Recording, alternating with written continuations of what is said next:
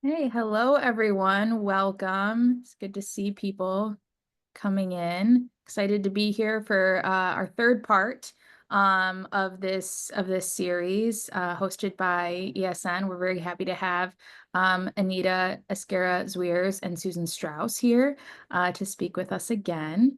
So I'll just introduce them and we'll go ahead and get started. And just as a reminder, this meeting is being recorded and will be posted online in the webinar library.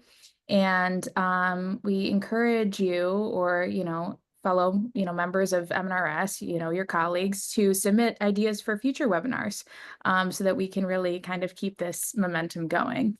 Okay.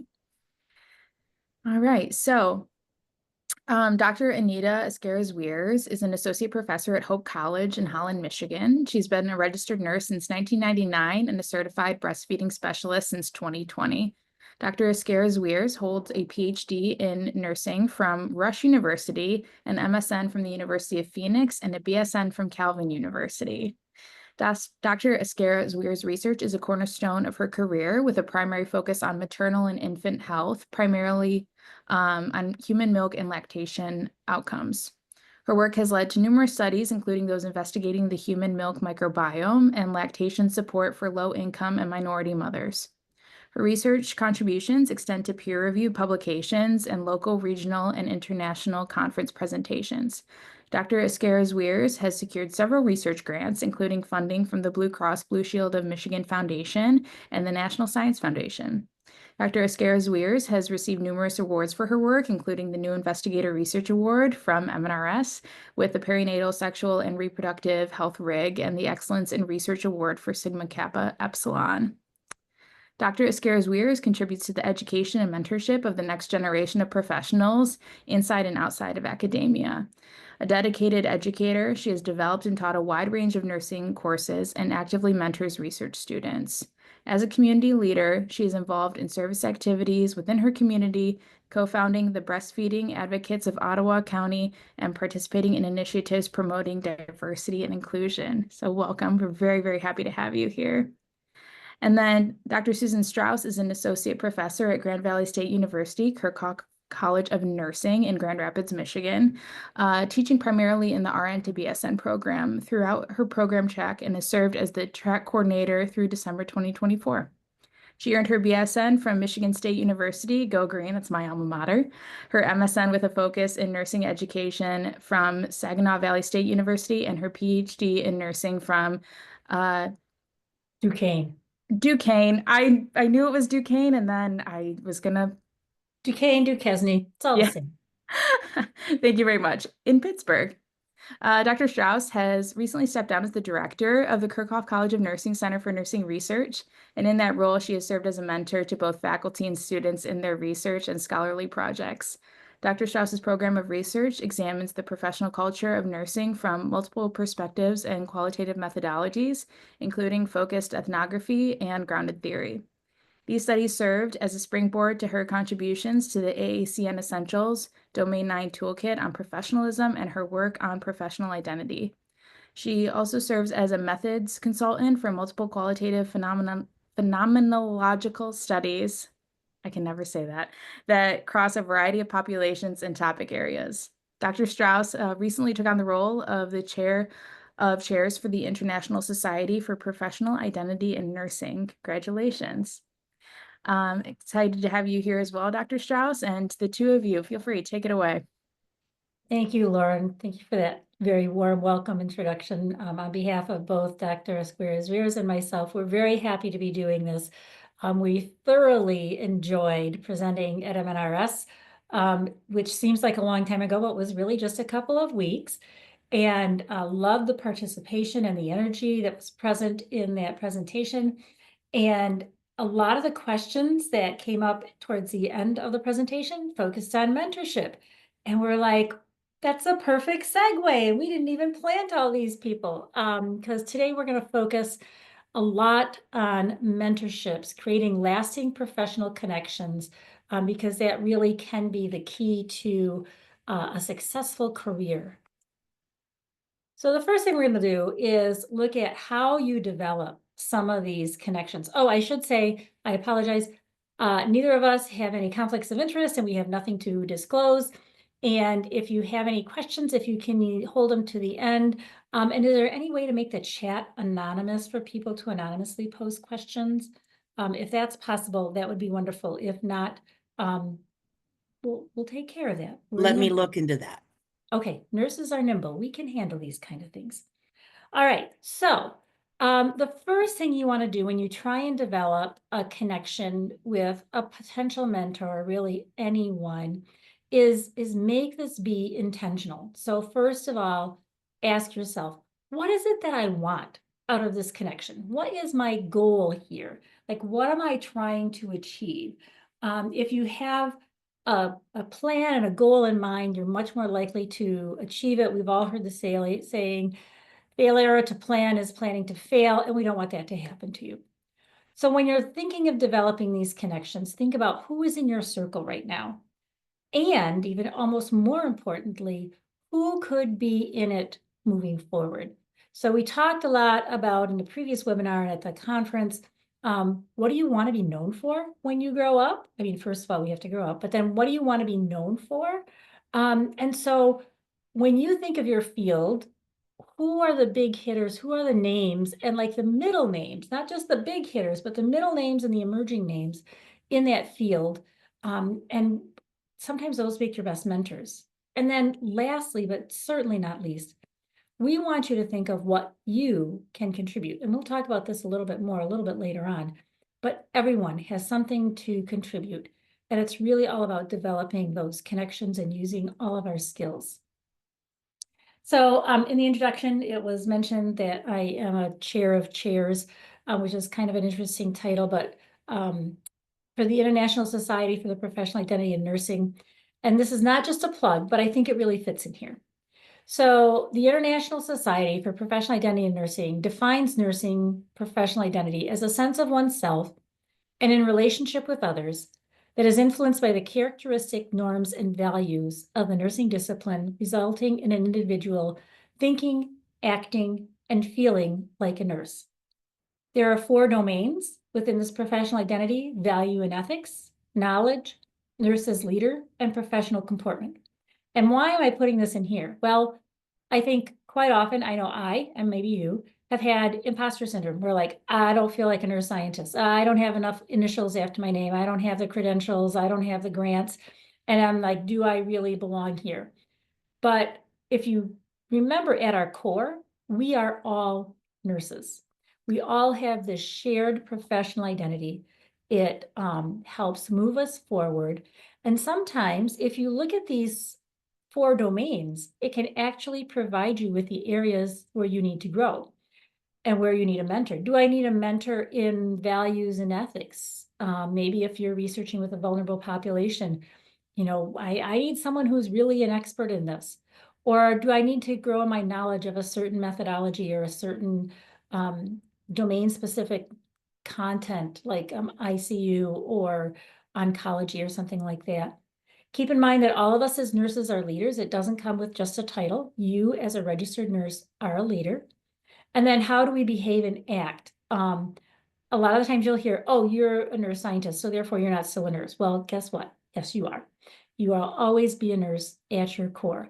So I want you to think of this professional identity definition, because remember, it's not just a sense of yourself, but it's also that sense of being in relationship with others. And this can help guide you as you develop your mentoring relationships. So we've been talking about mentorship. What is it? Well, it can either be personal, it can be professional, it can be long-term, or it can be short-term. It's really someone who provides, and this list is here for you, practical advice. It can help you with your interpersonal and communication skills. Sometimes it provides a varying perspective for you. I can't tell you how many times I've talked to the mentor, I'm like, oh, I didn't think about it that way, thank you. And that can really help propel your thought process forward. I have encouragement and confidence because that's what it says in the literature, but really this is a cheerleader for you. We all need someone in our corner who's cheering us on and helping us, because the going gets rough every now and then, but someone who can give us encouragement and confidence to keep moving forward even when we may doubt ourselves. And they may also be able to help you advance in your career and give you access to other role models. They also are focused on your continued self-improvement. Sometimes we can't see the areas where we need to improve because we haven't gone on that part of the journey yet. But someone who's a little bit ahead of us on the journey can look back and say, oh, I would have been a much stronger candidate for this position if I would have developed XYZ. And they can kind of give you those hints on where you can improve as an individual. Your pet mentors may be your peers, someone's from your colleagues or your cohort. I can't tell you how much my colleagues and my cohort in each of my programs helped me advance and have still provided some lifelong connections for me. They can be academic, profs, faculty, anyone in that realm. They can be professional. So maybe someone from your professional organizations, hint, hint, MNRS. It can be maybe reverse mentoring where someone is very skilled in some of the new trends and you need to learn them, those trends, or they can have functional or expertise in a certain area, like a stats or a method expert for a research study that you're thinking of doing. So all of these different things contribute to mentorship, really someone to helping you along the road. So what's involved in a successful mentor relationship? Remember how I said you had to start with the goal, like be really intentional about this because you need to have some goals in mind? A successful mentor relationship is really going to have someone working with you that is dedicated and committed to not only this mentor-mentee relationship, but also the goals that you have and how to help you achieve them. They also provide some comfort in communicating via your stated mode. So it needs to be someone who, if you can only meet via Zoom, if it's across the country, are they comfortable in Zoom? Are they comfortable in Teams? What modality works better for them? Are they someone that only really wants to meet in person? Because that's going to kind of limit your sphere of influence and who you can call on. But if that's their desired mode and you're okay with it and it works, go for it. But they need to be comfortable in the way that you will have to communicate with them. We all know those people that only check their email once a week, which can be very frustrating if you're someone who's on it like every 2 hours. So you want to make sure they're very comfortable in communicating the way you are also comfortable communicating. They should also be available on a regular basis for a stated period of time. So, if they say I need someone for the next 6 months to help me transition to this role, I need someone for a year to help me learn this methodology, give them that time period. It's always harder to commit when something is open-ended. If you know the time frame that you're making this commitment for from a mentor perspective, it's much easier to say yes and to become engaged with it. One of the questions we had at the end of the conference presentation was like, oh, everybody's so busy. I'm just really reluctant to ask them questions and ask if someone will be a mentor for me. But we're like, you know what? The literature says that a mentorship relationship benefits not only the mentor, but the mentee. According to Drury et al., it improves compassion, satisfaction, and compassion fatigue. It decreases burnout scores, and it enhances professional growth, and it allows you a sense of making a difference. So those are all the benefits of a mentor. And if you think about it, which one of those qualities wouldn't all of us love to have? So it's really okay to ask busy people. In fact, there's a saying that if you want something done, you ask a busy person because they're the ones most likely to do it. We talked about this a little bit at the conference, but I want to dive into it just a little bit deeper. And this is, how do I find a mentor?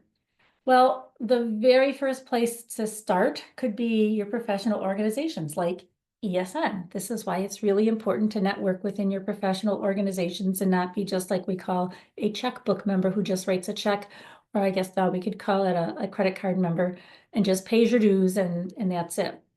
This is really a wonderful reason to get involved in your professional organizations. It could be your specialty practice organizations. It could be within your rig. Everybody gets at least one rig when they join MNRS. And so go ahead and use that opportunity to network within those professional organizations and find someone with like interests and someone who you'd like to aspire to be like, and try and select them as a mentor. Don't forget your educational or practice settings. This could be prior faculty that you've had, someone in a practice setting that you admire and you aspire to emulate. I have my students always say, okay, name 2 possible mentors for after you graduate, because your faculty will be here, but as you move into new roles, sometimes you need new mentors. So pick someone that you aspire and ask them to be your mentor. Networking, people can be really hesitant to network, but it's because it's kind of putting yourself out there, but really it's just introducing yourself. Um, it's like a cold calls with a sales pitch, but you're selling your what you need, and that's okay. You're looking out for yourself, and that's okay. Have a very brief elevator speech, your pitch, and just say, hi, my name is Susan Strauss, and I would like to grow in the area of grounded theory. And I know you do these grounded theory institutes. This is a pitch I gave to one of my current mentors. And I attended the institute. It's been a couple of years, but I'd really like to learn to grow in that methodology more. I am wondering if you can help me with this upcoming study I have planned. I anticipate it'll take a year. And excuse me, she said yes. It was wonderful. She's still mentoring me. So just be really prepared. Know your ask, be prepared, but most importantly, be yourself. You have to be authentic to yourself. Don't try and be someone you're not. Just be yourself, and that'll allow the mentor to really give a nice understanding of, is this going to be a good fit? And when I speak about good fit, whenever we talk about finding the right grad school or the right job, it really is looking for the right fit. And this is just like that. So you've probably already had experience in trying to find the right fit for a mentor. You probably just haven't acknowledged it as a mentor. Or if you have, it's transferring that practice into a different setting. So find the right fit. It has to, for lack of a better term, and I'm a qualitative researcher, so bear with me, it has to feel right, okay? Like it feels like this is a good fit. And then go through some of those other qualities that we looked at, and that'll help you determine if it is really a good fit for you. So we're gonna do some brainstorming here for a minute. We're gonna take just a break. I have a Qualtrics survey. I had a little hiccup, so I'm saying a wing and a prayer that this is gonna work. Go ahead and scan the QR code, and I'm going to take just a couple minutes. And what this QR code is going to ask is that you give 3 qualities of a mentor and 3 qualities that you need to have as a mentee. So remember, this is a two-way street. It's not only what the mentor brings to the table, but it's what you're bringing to this relationship as well. So I'm going to do just about 3 minutes, and if you can fill those in, it's just the 2 questions, 3 words each, and I'm going to hopefully get a word cloud at the end. Excuse me.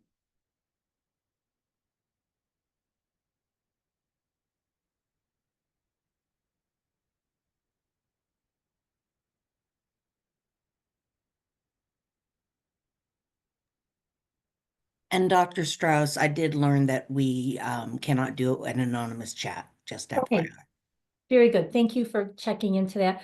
So when it comes to time for question and answers at the end, just put the questions in, and you can always email Dr. Squares or myself afterwards if you want to be more anonymous in the group, because we realize sometimes questions are a little bit sensitive to ask in a public setting. Okay. It's been about a minute. Does So anyone Sue, still we need? were able to answer the mentee question, but it didn't give me the option to answer the mentor question. Okay, well, thank you for letting And me there know. are things that are popping up too on the mentee meter. So Okay, well, we will, I think, Anita, you have the next slide. So while you are looking at that, I will get on a different screen and try and pull up some of those results, and then we can talk about those moving forward. How does that sound? Does it look like the participation's about done? I left that screen.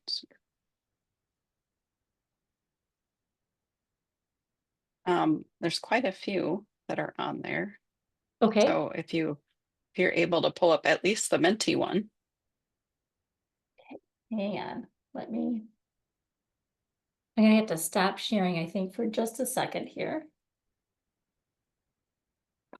Hi, everybody. I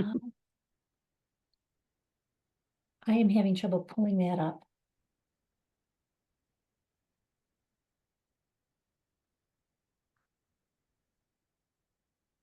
Aha. And you said it was showing up in the Mentimeter? Mhm.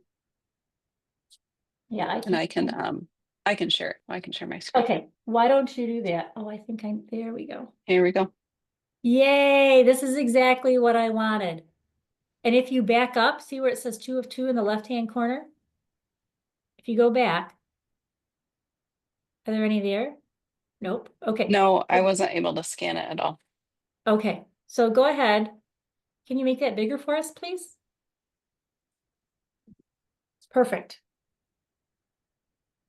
So as a mentee, you need dedication, you need to be proactive, open, and again, with any word cloud, the bigger the words, the more often it's been mentioned. There's a lot of different qualities on here. And what we will do is we will save this as a PDF and send it out at the end of this presentation. I think our staff can send that out for us. Let me look at the results from the Qualtrics and see if that picked up the first one. It's not showing up any results. Well, this is a time when technology has failed us. So I think though, if we look at these desirable qualities of a mentee, we can also say that these are also desirable qualities as a mentor. So remember how I said it goes both ways. Someone who's respectful, responsible, flexible, excites, teachable, follow up, eager to learn. That could translate into eager to help as a mentor. Someone who's honest, absolutely, willing, open, on time, very important, motivated, knowledgeable, adaptable. All of these things are qualities not only of a mentee, but I've done this exercise many, many times, and these are the same qualities that also pop up for our mentors. Thank you. This is called teamwork. So I'm going to go ahead and share my slides again. Let me get back into slideshow mode, and then Joseris can take it away from that. Let me get you. Well, and as Susan's pulling up everything, it's also helpful for everybody to know, even in this like second part of our presentation today, I really am going to be sharing a lot of kind of my own personal experiences over the last few years. And I consider myself a mid-career. And some of the experiences that I've had with my mentors, in addition to even some of the experiences that I've had mentoring different students. And so Susan is able to kind of bring in more of her experience being that mentor. And so I'm hoping to kind of just shift us a little bit into like, these are some of my experiences as well. So one thing to think about as far as the mentorship and the mentee relationship is that there can actually be some blurring of friendship lines. So, for example, I consider Susan a great friend. There are definitely things that we talk about within our social spheres, and I know a little bit about her in different ways. But I also think about that there are specific mentors where there is a very distinctive line between I need your help on this specific thing. And even sometimes in my like career where I found that as I moved into that friendship line, I no longer was getting kind of what I needed out of that relationship. So it is really important as you think about your relationship and as it builds with your mentor to kind of, as mentioned before, setting those clear boundaries, and also thinking about not only what your availability is, but also not only thinking about their availability, but also your availability. So I'm going to just give an example, specifically surrounding setting boundaries. So one of my mentors looked up to her considerably and really did depend on her for creating a lot of connections within my area of research. And for me, it was really beneficial to have her as somebody who I could say, hey, I know so and so, and really helped me establish a lot of what I do. However, there were definitely times whenever she would be calling on me to, for example, write a manuscript in collaboration with other individuals who are experts, and sometimes putting really tight constraints on it of like, I need a turnaround tomorrow. And I'm like, hold on for a second. I'm in academia. I teach. I have papers to grade. I have things that need to be done outside of the expectations that you have here with me. And so I really did even have to put my foot down with my mentor about like, no, my goal, kind of rephrasing, like my goal here is, yes, to continue in my development of my research, but I also need to let you know that in this reciprocal relationship that I only have X number of time available. In addition, it's also really important as well, in those situations whenever maybe your mentor is pushing you in a specific direction and maybe you're not feeling comfortable in that area, to also just kind of step back and say, you know what, hold on for a second. Like, I hear you. I see where you have that value. You see my value in this, but I really need to kind of step back and reflect on this a little bit more. And some of this is really just learning how to communicate well with your mentors. Um, I would say that there are times whenever we do need to be intentional about building that relationship and making sure that it isn't necessarily a one-way street. That, you know, as Susan alluded to, we're going to talk a little bit more about our mentors are hopefully getting as much from us as we're getting from them. And that trust and the empathy and the understanding really does need to go both ways. Um, I thought it would be important to kind of address some red flags. So just because you're asking somebody to be your mentor doesn't necessarily mean that they know how to be a mentor. And so not everybody has formal training. However, sometimes they do have that expertise that's really valuable for you. Um, some things to kind of think about as far as red flags.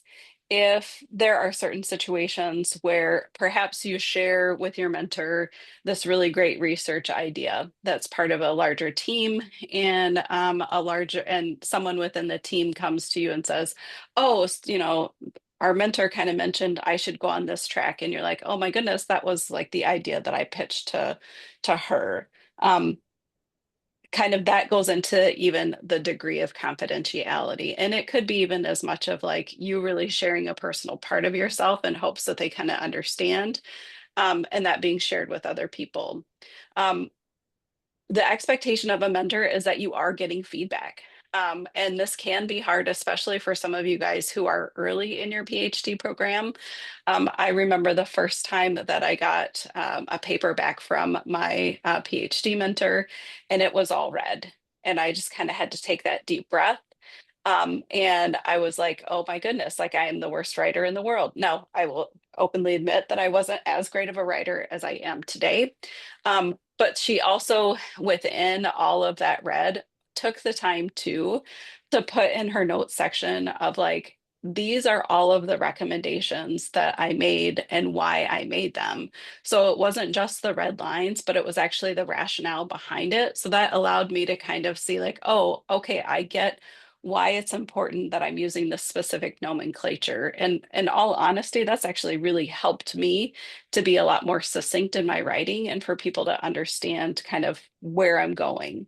Um, Time management issues, if there are issues as far as you're scheduling a meeting with them and they're not able to meet that meeting, that should be a red flag there as well. If they're constantly rescheduling with you, then being open to the fact of like, okay, perhaps then, you know, you ask the person that you knew that was really busy to be your mentor, and they said yes because they said yes out of obligation, then it's an opportunity for you to kind of rethink and reevaluate. And also just kind of thinking to outside of the lack of expertise, I think that's probably pretty obvious, but even those personal biases, there might be some, as you start to develop a relationship and that mentoring relationship, you may decide or discover that you're not in alignment with your mentor as much as you thought you were with some of specific.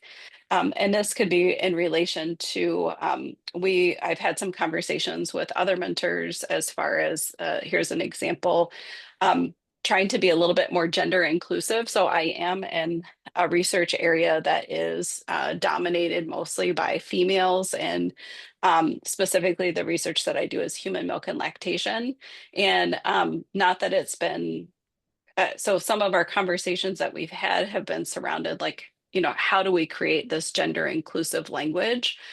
Now, it hasn't been enough that it's created distinctive conflict, but it's been enough that it's like, okay, how do we work and navigate around this? So next slide, Susan. So what I want to focus on next is kind of the ask. And actually, we're going to do this a little bit later.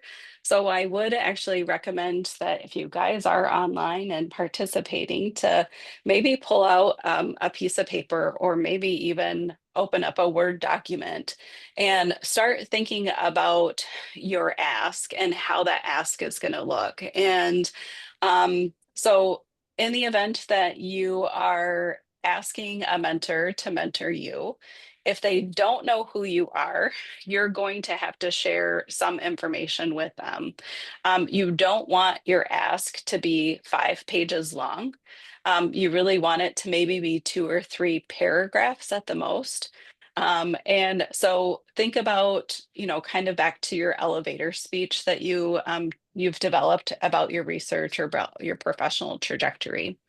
Um, be really intentional of why you're looking for that mentor. And Susan and I have alluded to this too, that you are going to have multiple mentors for a variety of different reasons. So, for example, over the last year, I've reached out to a few individuals to mentor me in leadership roles. And so whenever I met one in particular, I met through a leadership conference, and she was assigned to be my mentor during the leadership conference. And so I reached out to her, reminded her of who I was. And then I specifically said, I'm looking into exploring opportunities in leadership in academia. And this is why I think you are a good fit. And so, she's a provost at another university. And so I said, because of not only because of the relationship that we built over this summer program, but also because I know that you are in a position where I could potentially see myself. Um, I asked her specifically what I was looking for. So, I looked for her, like, I need guidance, I need some practical advice about next steps. Um, and then I kind of, in that same sense, setting those clear expectations. And you may, if you were with us in other times, I actually was very specific with that mentor of saying, I'm asking if in the next 3 months or in the next 6 months, if you would be willing to meet with me for 1 hour a month. And that allowed the people that I was asking to be able to say, like, okay, I can do this. And I think that's really helpful too, especially when you're reaching out to a mentor that is mentoring a variety of different people. I will say that it's also important to know that your relationships will change. And this kind of goes up into the next slide. That your relationships do change. And so you're going to need to cultivate those relationships once you're in it. So, and what do I mean by cultivate? Sometimes the relationship has to change directions. Maybe you started off with meeting to discuss leadership in academia. And then all of a sudden, through your mentoring relationship, you realize, hold on for a second. It's not that I wanted to go into leadership in academia. It was, I'm trying to force myself to fit within an institution and within boundaries that weren't necessarily where my passions are. Um, and so sometimes then that means saying, yeah, you've been great in helping me to identify this now, but now I think we need to kind of like close this relationship because you're no longer the expert that I need in order to move this direction. And so that's where it's really important that you're thinking about how are you actually communicating with your mentor? Um, Not only whenever you're having those conversations about here are some things that I'm struggling with, you also need to ask, like, how did you handle that situation? So, for example, I was in a conversation with one of my mentors about some conflict that was happening within my workplace, and I said, based on your experience, how did you handle this situation? Or if this happens, what would be in my best interest, and allowing then my mentor to kind of speak into those moments, because sometimes they are really interested in more listening to you and helping you to process. And there might be those opportunities where you need to be insightful enough to say, hey, actually, how would you handle this situation? And I've actually find that whenever I'm able to ask them those questions, it helps me to process a lot better, like those next steps. It's also really important to think about the fact that you do, even with a mentor, need to know how to resolve conflict, because there may be times whenever situations don't go the way that you planned. Recently, I had an issue where I was feeling really uncomfortable about the ask of one of my mentors. Um, I had to email her and say, you know, hey, I just want to let you know that your ask of me is not, I'm not feeling comfortable with this.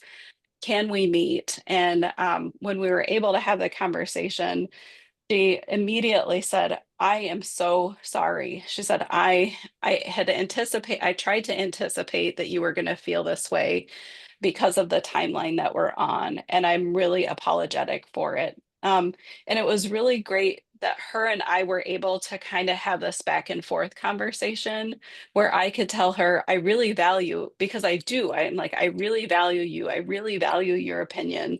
I see you as an expert in this area. And I just want to make sure as I'm moving forward into my career that I'm doing things that are appropriate, that are accurate, and that are honoring not only to you but to the rest of the team. And we were able to walk away with both feeling a lot better about our situation, um, but we did it in such a way. I think about there are times in my life, at least in my personal life, where whenever I try and address an issue, I it doesn't always go really well. But being really open and being respectful, both of us, was really helpful in us kind of moving forward with our relationship. Um, sorry, back still on the other one though. Sorry. Yep, no worries. But as far as like process and outcomes, and maybe this is just more of, I guess that's all, yeah. But I do want to point out that the purpose of your mentoring relationship is really for growth and learning, and not necessarily focusing on the what you're going to get out of it. And that may not be how much we want to make sure that, like, at the end, my goal with this mentor is to have a grant proposal, that we also have to remember about the bigger picture too and how we've learned in different roles. But thanks, Susan. Go on to the next one. Um,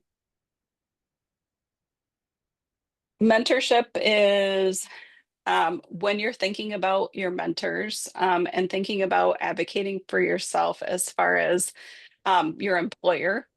So we've talked really more along the lines of you kind of seeking your mentor on your own, but there are a lot of opportunities whenever you come into positions where there may be existing structures that exist that within the institution that have the opportunity for you to engage in that mentoring relationship. So when I hired on to my current position, I actually, as part of my startup package, I actually had requested that some of my startup funds go towards developing a mentoring relationship, a formal mentoring relationship. And within my startup, I stated, like, um, this is how much money that I would like to have to be able to pay my mentor for their time. Or and what actually ended up happening with that situation is my mentor said, actually, I would rather not get paid, but I would rather that money that would have been going to you paying me, that you come out and visit me. And so I was able to talk with my dean and say, hey, is there an opportunity for me, instead of this going directly to my mentor, but it go towards actually me going to see my mentor? And so so I was then able to use those resources to go and to see kind of what they're doing within their research facility, and see whether or not there were opportunities for me to kind of change or move in different directions with my research. Um, so this is just a list of some really great questions to kind of think about. Within your institution, do they have specific mentors that can help you, especially if you're moving into predominantly a clinical track into an academic track? Are there opportunities within the institution for you to get a mentor to teach you, to help you in your teaching methodology? Are there mentors that can help you just even in that workplace culture? I currently serve as a mentor to our new faculty that were recently hired. And some of the conversations that we've had within those are really just understanding the culture within the institution, kind of like the unspoken rules that aren't necessarily published, and helping people to kind of navigate kind of some different situations. So for example, I think about networking within other departments. So, I talked with my mentees about our college has all of these presentations that happen in different departments. And I said, make sure that you're reading those whenever those announcements go out. And if you see a connection in what you're doing or what your interest is, go to that presentation, then listen to that person's presentation, and then take the opportunity to introduce yourself. So those informal and even those formal mentoring relationships can be really helpful in understanding kind of what your next steps are and what your interests are. Um, and so kind of along that like last question there of what happens when your mentorship needs change. It's also important when you're having those conversations initially with your whoever's helping you to negotiate your package, of similar to what I mentioned, like my needs change. So instead of me being able to use those resources towards paying my mentor, is there that potential? Um, all right, and then next slide. So this is where I'm hoping that we can actually be practical. And it would be nice if people are willing to engage a little bit in kind of answering some of these questions. So as far as our people who are there, I'd love to hear from you guys, and you're welcome to unmute yourself too, so you don't have to just type at all. But I'd like to hear what are some other organizations that people belong to that you guys are thinking of using as kind of your springboard to your ask. So just curious if I've got to kind of pull over to my chat box here a little bit. So the question is either in the chat or unmute yourself. What are some organizations that you belong to that you are going to try and start leveraging to look for? Yep. It is worth mentoring that. So somebody said the MNRS. MNRS actually does, it might be helpful. I'm noticing that people are throwing in abbreviations. You might actually want to write out your abbreviations for some of us who aren't familiar with all of them. MNRS does actually have a mentoring program, and I was hoping to be able to have a conversation with somebody prior to our presentation today, but I wasn't able to. But they do have a mentoring match program, and they are working on revising some of their steps. But I would encourage you, if you are a member of MNRS, to make sure that you're looking out for those. American Heart Association, that's a really great one, especially there are a lot of different categories within American Heart Association. I know that I submitted a grant there and there were just different tracks that were available. We have Sigma. So as a reminder, Sigma, if you are not a member, if you have graduated from a program and if you are active in research, you actually are eligible to be a member of Sigma. So Sigma is our National Honor Society for those of you who don't know. And then if you are in a college or in a program, you're also eligible. It kind of just depends on if you're in a master's program or a PhD program or a bachelor's program. So you can be, you actually are invited whenever you're in college to be a participant in that. And Sigma is really great, especially within the regional level. So even within our regional level, we have a lot of opportunities, not only for mentorship, but even for like relationship building and connection building. So I really do recommend, if you guys have yet to connect with your Sigma membership, that you should do that. Yep. So, yep, you can join as a nurse leader if you're not already a member. And that's exactly what I did whenever I was finished with my bachelor's program. The other thing is I'm curious to know, what are you guys actually, what are the areas that you are interested in developing? Qualitative methods. Susan, you can probably answer this question. If there's any organizations that are focusing qualitative methods. But yeah, next thing is, what areas are you looking to develop?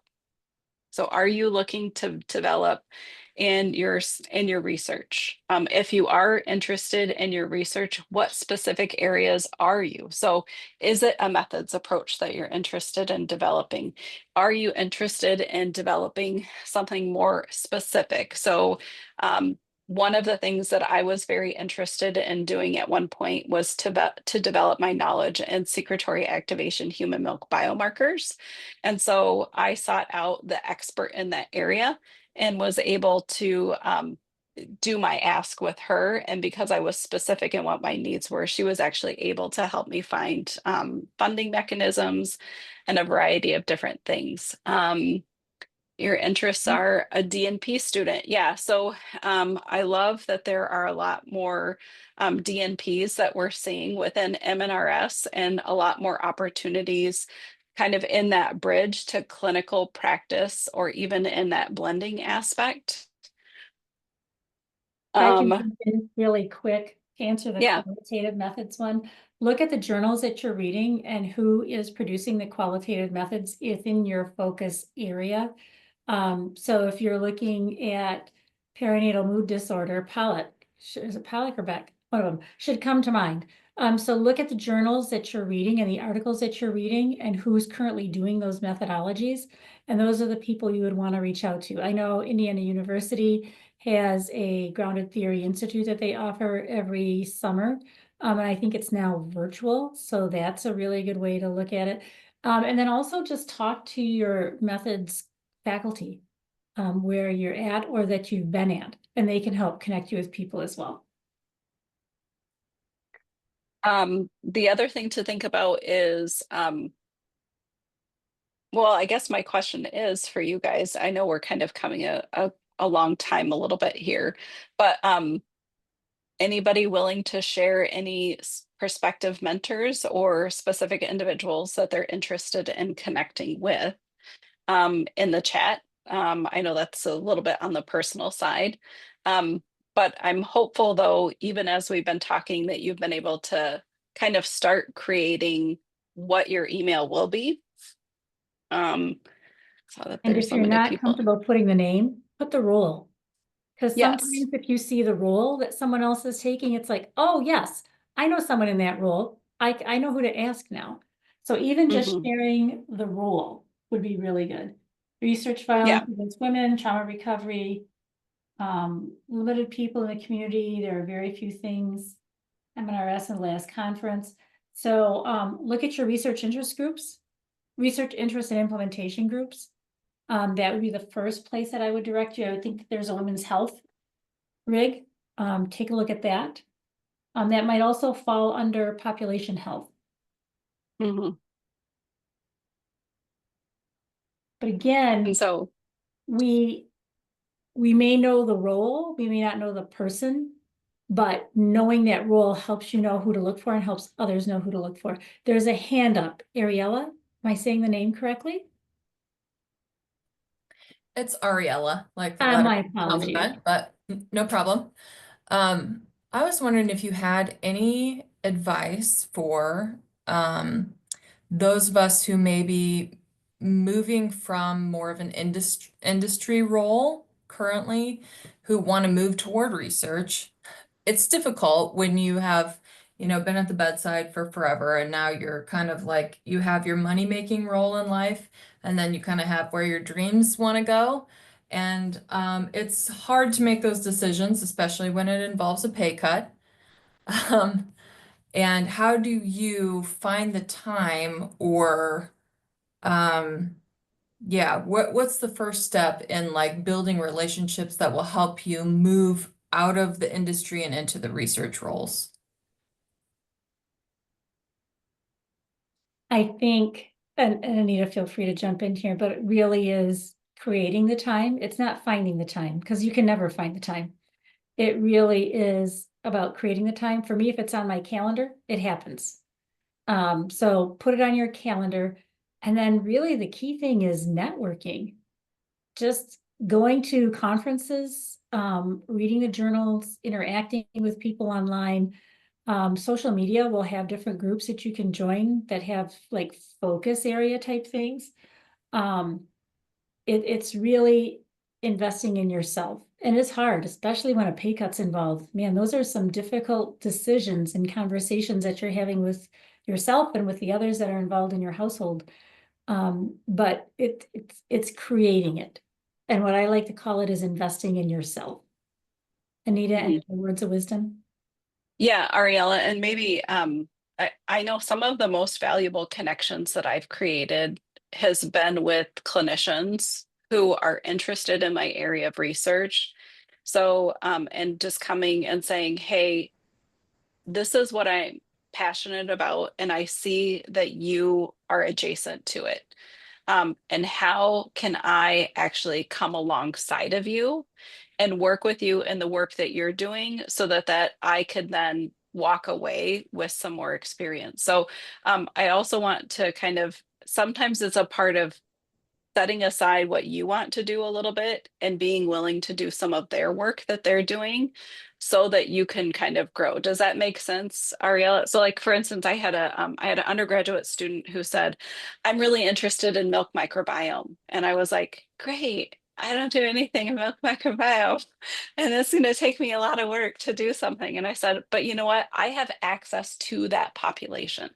So I can give you access to that population. And through that, I'm willing to walk alongside of you in this process. And she actually completed an entire study. We're working on publishing her results. And yeah, I went down a little rabbit hole of thinking that I was going to do milk microbiome for a little bit, but I also kind of stepped away and I said, oh, well, you know what? This was a really great experience for me. And whenever you decide to get your MD, PhD, and you want to come back to milk microbiome, I'm here for you to help you mentor. So some of it too is just recognizing that your mentors don't need to do your work for you, but that you actually have to do that work. Does that make sense? A little bit. So I think sometimes we just have to think a little bit outside of the box whenever when we have our ask. And Ariella, I think this last slide really speaks to you. You have gifts that you are bringing from your work in industry.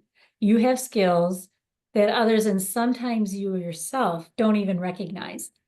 It could be in the area of technology with you. It could be your expertise coming from that world of work type thing. It could be dealing with finance and numbers. It could be your creativity.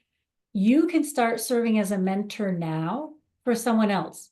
You start paying it forward.